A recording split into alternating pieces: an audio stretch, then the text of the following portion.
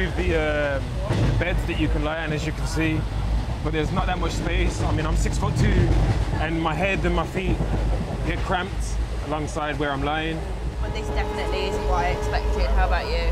No, definitely not. I just thought we were going to, like you said, we were going to get on a train, bunk bed, theory. I thought I'd have a curtain in my train. Nah. Yeah, I had a nice little visualisation. Of like Hogwarts. Yeah. Okay, accommodation-wise, well, it's supposed to be a sleeper carriage, but as you can see, it's quite a narrow little bed. I don't think I'll be moving around too much, although I've got some nice straps here to keep me in. But it's very lively, everybody's chatting away, lots of activity, people moving around. It's going to be a long journey. The weather, it's so hot in here, it's stuffy, it's really claustrophobic, it smells. They've got fans that aren't really generating any cold air, they're just on for the sake of it. There's loads of people just standing around on beds, well, what I'm sitting on, sleeping, eating. They've got babies, new babies. You know, it's really awful, really, for them to have to live in this situation.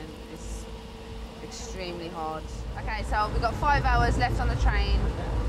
We arrive at the hostel at 2 in the morning, so let's see what tomorrow brings.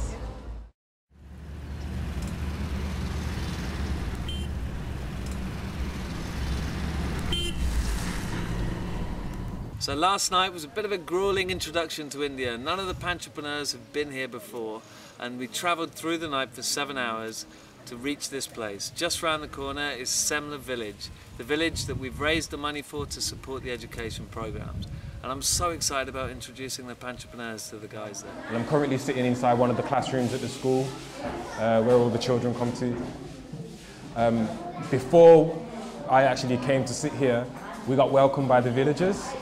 Instantaneously, when we got out the Jeep, there was music playing, they had the drums out, and there was loads of sound, loads of singing. People were jumping up and down with welcome signs. And it was just like, they really invited us into the community with like all their spirit and open arms.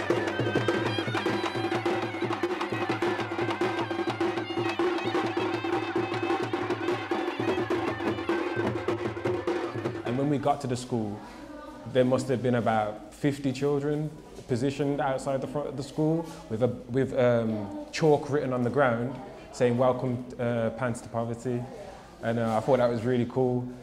So we had a look around the school, we went into the classrooms, and there's just nothing in the classrooms, there's no tables or chairs, it's literally bare wall, and they've got like little drawings on the walls and a blackboard.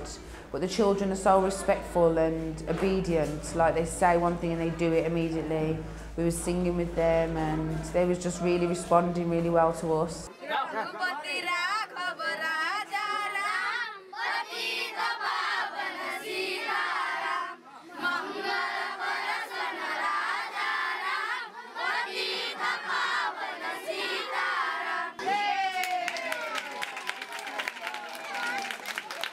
From my perspective as a teacher, meeting the children, it was wonderful. They were just so engaged, so happy. But they're just like kids everywhere. They want to have fun, they want to meet different people, they want to play. We walked into a classroom, there was some, I think it may have been Hindi on the board, and we went through it and I was pointing to it and they were all chanting and they were having fun and laughing. I was clapping them and giving them the thumbs up and saying good job, etc. and they were all having fun. Then we went in to have lunch and we sat on a carpet and we had to eat with our right hand, not our left. It was tricky because there's a knack to it. You've got to like mix it around and then flick it in your mouth and that, and it is tricky. I mean, I was making a right mess of myself. It was all over me, it was all on the floor. But they didn't mind. They could see that we was taking part and we was trying, and they just let us be. So tonight we're going to be living in Semla and sleeping in the homes of the school teachers. It's going to be basic, it's going to be simple, it's going to be an experience. And before that, the community are putting on a beautiful cultural performance to exhibit some of the beautiful work they do through song, dance and poetry.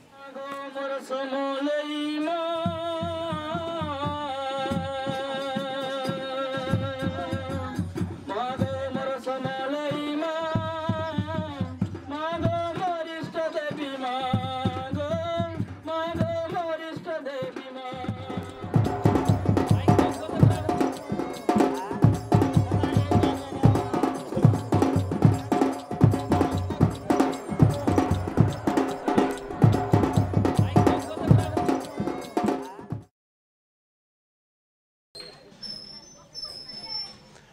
Okay, it's day 3. It's 8:20 in the morning. The atmosphere in the village is just lovely.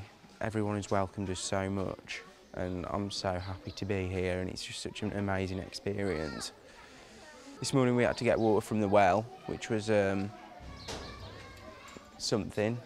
It was good exercise for a start. Yeah, it's something that you take for granted, really, in England, because we can just get it out of the tap.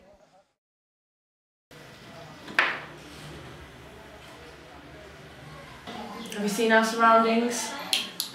Yep. Looks like we've been kidnapped, put in a hole. Yeah, it's not good here.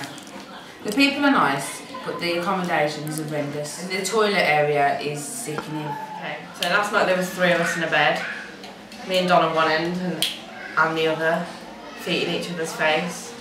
It's like, that's what we had to sleep on. Yeah, it is rock hard. It's just wood. I had to make a makeshift pillow with my cardigan. I mean, obviously I've done 3 in a bed before, like at home with my girlfriends and that. But like, it's more comfort. We've got pillars, a mattress. A big bed. Yeah. Not some fridge. Prison cell. A fridge. It's like being in a fridge just chilling, isn't it? Yeah, but it's a humid fridge, like a fridge that doesn't work. It's gone off, it smells. Yeah, it's going mouldy as well. Yeah. We're going to go to the farms and do some picking. Cotton picking? Yeah. I think it's going to be hell because it's hot.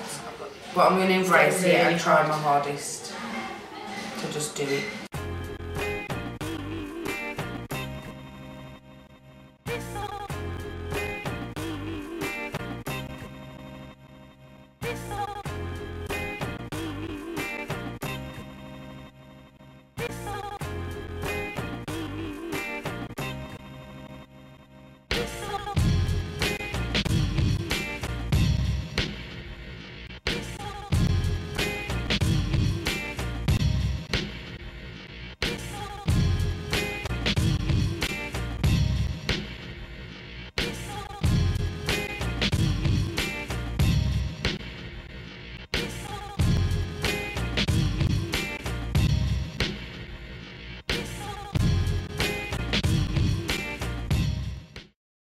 We jumped in the cotton field with some of the other workers and we started picking the cotton. It just gave us a brief introduction on how to pick the cotton. It was like you get your 4 fingers and your thumb, and you do this kind of thing, and you kind of clamps it. You kind of clamp it between your fingers, thumb. I do kind of feel like I've accomplished something actually. You know, coming along and just getting down with the people. You know, just not coming here and just standing there observing, but getting involved. You know, like. They've invited us into the community, so the only way is to be a part of that community. Everyone's just really relaxed and just taking day as it comes, taking life as it comes, you know what I mean? And I think without these guys knowing it, they've got a really good outlook on life, you know what I mean? Something that probably we can learn from them. So we've gone from having everything we need, well, not even need, want, sort of hair straighteners, hair extensions, can of Cokes whenever we want, pop over to the bakery whenever we want, to water and curry. That is our limits. There's no toilet and nothing. So it was hard at first and we have struggled through it, but we've never said, right, that's it enough, we want to go home. We kind of got a bit funny about the sleeping arrangements last night, but that was it. But then it's made me realise really how lucky we are in England, because even when you've got nothing, you always get that help from the government of, okay, at least we'll give you a bed and a fridge and just things that you actually we thought you need, but clearly it makes you think actually we don't need that. Today is day 4, right? We're gonna go and visit another farm, different people, different scene, different cotton. It's gonna take us about an hour and a half to get there, and that is gonna be an interesting ride because we're all jam-packed in this Jeep and it's pretty warm. So if we can get a go and put down the windows, it'd be good.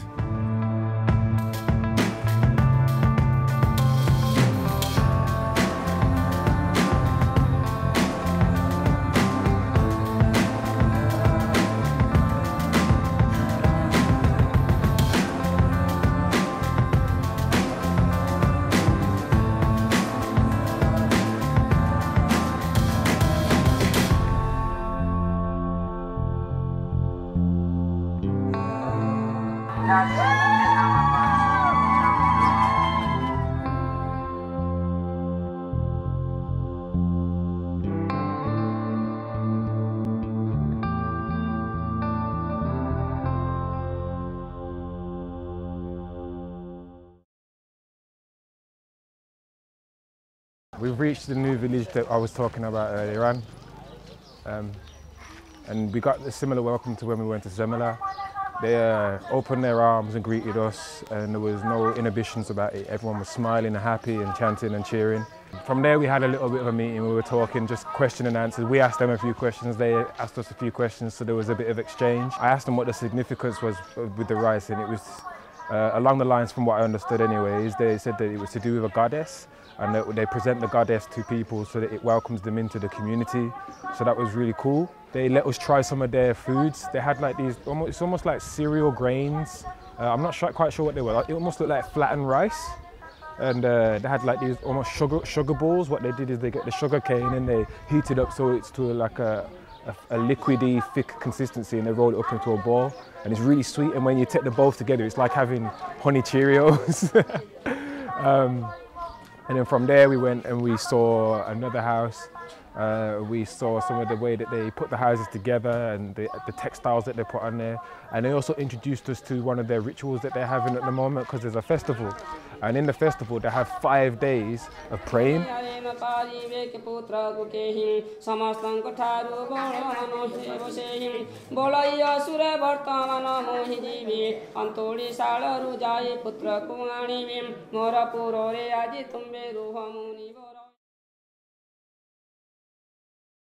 Day 5, we just arrived in Chennai. We jumped in a rickshaw to go to a temple, which is like 40 minutes away. We've got a few hours to kill until we get onto our next flight. The roads are crazy, there's no real highway code here. Just in and out traffic, as much as you like.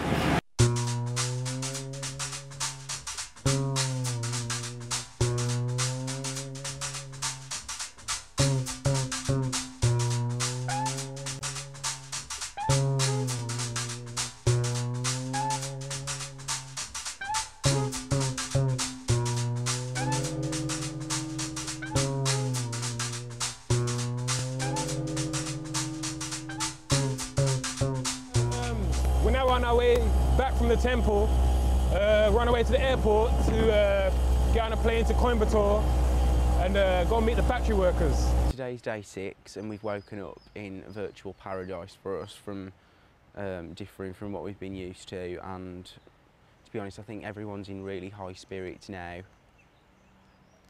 Yesterday we did a lot of travelling, 2 plane journeys, and prior to that we had a rather long 8-hour train journey. It went really well and we all knew what to expect this time, so it wasn't too much of a shock for us, and in fact we enjoyed it, we had a laugh.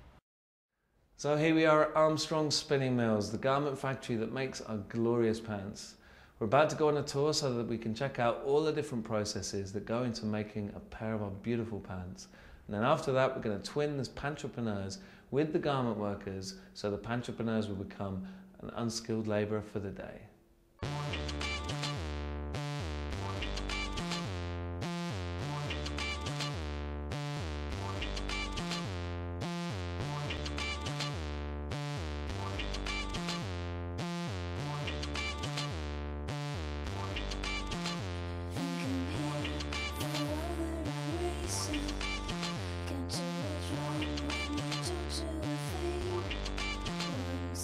Okay, so as you can see, I'm in the printing room at the Armstrong factory, and yeah, it's been interesting. I've worked on a printing press, I've done the pressing, although it's quite simple work. It's quite monotonous. I couldn't imagine doing it for 13 hours a day myself. At the moment, I've been put to work in the cutting area. So they brought me up and I ended up doing 4 different operations. They started me off on one just over here where we had to spread a sheet over to a certain length and a line and then cut through it with some scissors. So I did both sides of that job. I spread it, make sure it was settled and set out straight, and I did the cutting.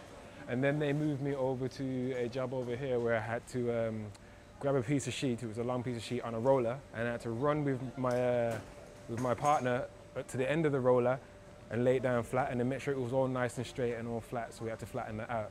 That was quite fun actually, because I've never actually done a job like that before. Our job is the sewing process, so we're going over the garms and making sure there's no stains and no loose stitching. Basically that it's at a good standard to go through to the next process. They're good learners. I think that a couple of days they will learn more. So that's it, the end of Pantrepreneur, the end of the journey from cotton to bottom. The students have risen amazingly to all the challenges that we threw in their path and came out as complete winners, demonstrating the power of entrepreneurship. They're off now to the airport and we're going to catch up with them back in the UK once they've made it home.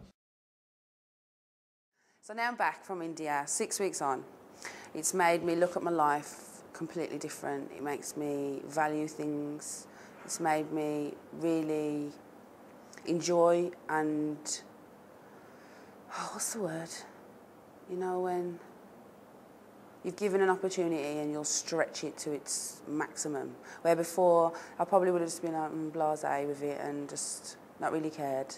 Where now I've been to India and come back and I see that, you know, they've got so little, but they've got so much at the same time.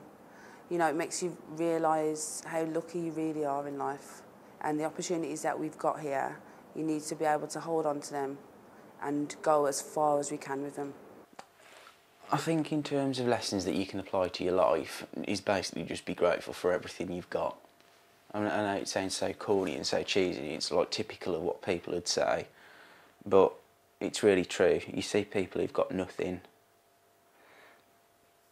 and you know, I've learned a lot about the human race from when I was in India. You know, people can be nothing, but they can be so kind and so warm, and they'll basically give you whatever they've got. I mean, I stayed with a family that basically lived in one room, and it was really humbling that, you know, they really went to every effort to make me comfortable.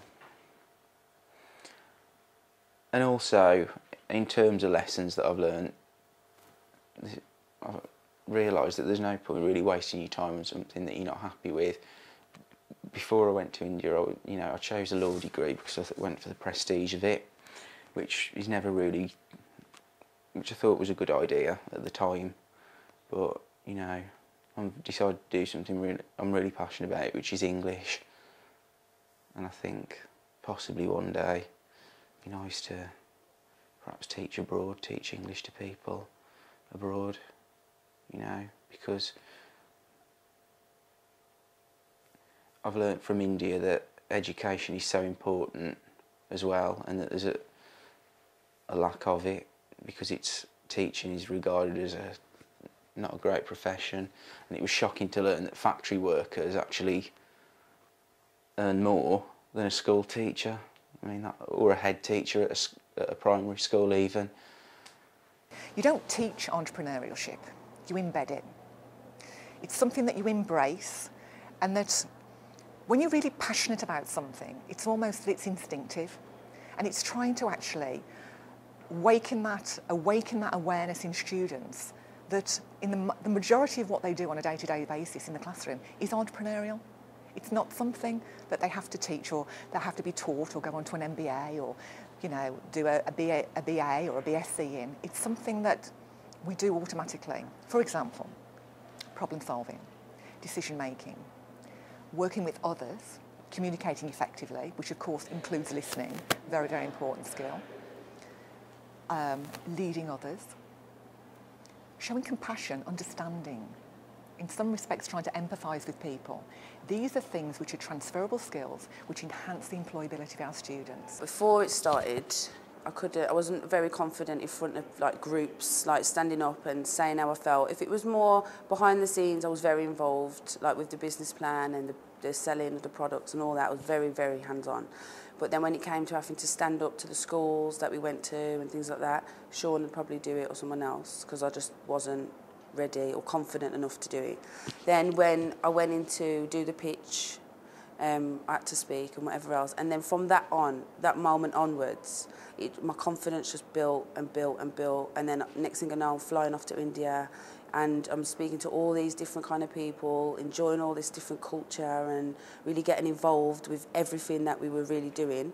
And if you'd have said that to me like 6 months prior to the trip, I would never have believed that I would have come this far as I have now. Essentially for me, one of the things that I got from the project if I could sum it all up in one word, is empowerment. And the reason I say that is because it wasn't something that was handed to me, it was something that I had to attain. And all the situations that were presented to me, whether it be selling a pair of underpants, designing a pair of underpants, going to India and speak to people who couldn't speak English, those were situations where I had to overcome. And because I was successful in overcoming those obstacles, the situations, whichever, I felt empowered. So the biggest thing that it's done for me is empowered me. And after all of that, I could look back on that and go, wow, I did that. Maybe I could do more, and which I'm going to do, you know what I mean? I feel empowered to take my ideas, the things that I have, and run with them now, you know what I mean? I've got my entrepreneurial flag, and I'm just going to run with it.